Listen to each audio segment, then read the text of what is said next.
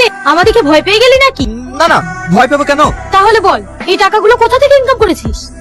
এই টাকাগুলি কি মিথ্যে কথা সাজাতে পারছিস না? পারবো রে, তোর হাতে যে টাকাগুলো সেগুলো তো তুই নিজে ইনকাম করিসনি, এগুলো তুই ফ্রড করেছিস। হ্যাঁ ম্যাডাম, আপনি ঠিকই ধরেছেন, কিন্তু বিশেষ করে ম্যাডাম এই টাকাগুলো আমার খুব, এই টাকাগুলো না আমার মায়ের অবসর। তুই কেমন নিজের মাকে বাঁচানোর জন্য পরের টাকা চুরি কর? এইসব মিথ্যা কথা না আমাদের সামনে বলিস না। না ম্যাডাম, আমি মিথ্যা কথা বলছি না, আপনি আমার সঙ্গে হসপিটালে আপনি গেলে বুঝতে পারবেন। ঠিক আছে, চ হসপিটাল। বাবু, তোর সাথে পুলিশ কেনে? আমার ছেলে কি কোনো অন্যায় করেছে? না না আন্টি, আপনি কোনো চিন্তা করবেন না, আমি আপনার ছেলেকে ধরতে আসিনি, আমি আপনার ছেলের বন্ধু, তাই আপনাকে দেখতে এসেছি। এখন কেমন আছেন আন্টি? হ্যাঁ মা, ভালো আছি।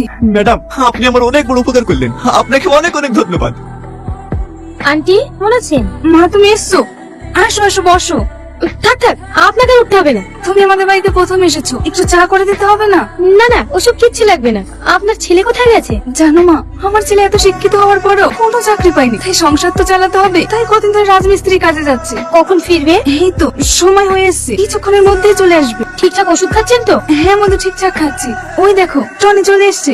কি ব্যাপার ম্যাডাম, আপনি কখন এসেছেন? তোমাকে বলিনি আমাকে লেনদেন করবে না? আমি তুমিতেই বেশি খুশি। আচ্ছা ঠিক আছে। আচ্ছা, আমি তোমাকে একটা কথা জিজ্ঞেস করি, তুমি এত শিক্ষিত হয়েও রাজমিস্ত্রির কাজ করছো কেন? কি করবো বলো? কাল থেকে তোমাকে রাজমিস্ত্রি কাজ করতে হবে না, কাল তুমি আমাদের বাড়ি যাবে, তোমাকে একটা ভালো কাজ দেখিয়ে দেবো। তুমি কাজটা পেয়ে খুশি হয়েছে তো? হ্যাঁ, কিন্তু তার থেকে বেশি খুশি হয়েছি তোমার মতো বড় মনের মানুষকে পাশে পেয়ে। আর যদি এই মেয়েটা তোমার জীবনের সঙ্গে জড়িয়ে যায় তাহলে?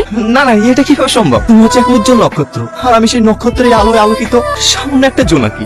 এটা কখনো সম্ভব না। এভাবে বলছো কেন? তুমিও তো একটা সৎ ছেলে, তোমার ব্যবহার দেখে আমিও তো মুগ্ধ হয়েছি। না না, এটা কোনোভাবে সম্ভব না। তুমি মন থেকে বলো তো, তুমি কি আমাকে ভালোবাসো না? অবশ্যই ভালোবাসি, কিন্তু কিছু কিছু ভালোবাসা আছে হাজার চেষ্টা করলে অসম্পূর্ণ হয়ে থাকে। আমার ভালোবাসা এরকম। কি ব্যাপার, আমাকে এমার্জেন্সি ডাকলে কিছু বলবে? তুমি একটু বসো, আমি কাজটা সেরে নিই।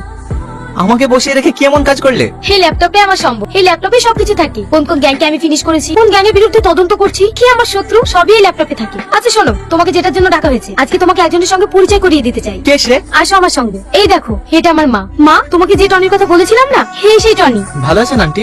মা আজ 5 বছর ধরে কথাও বলতে পারে না, এই এখান থেকে উঠতেও পারে না, এ কিন্তু সবকিছু বুঝতে পারে। মা, একে আমি খুব ভালোবাসি, আমরা 1 সপ্তাহের মধ্যেই বিয়ে করবো, তাই তোমার আশীর্বাদ নিতে এসেছি। তুমি খুশি তো মা?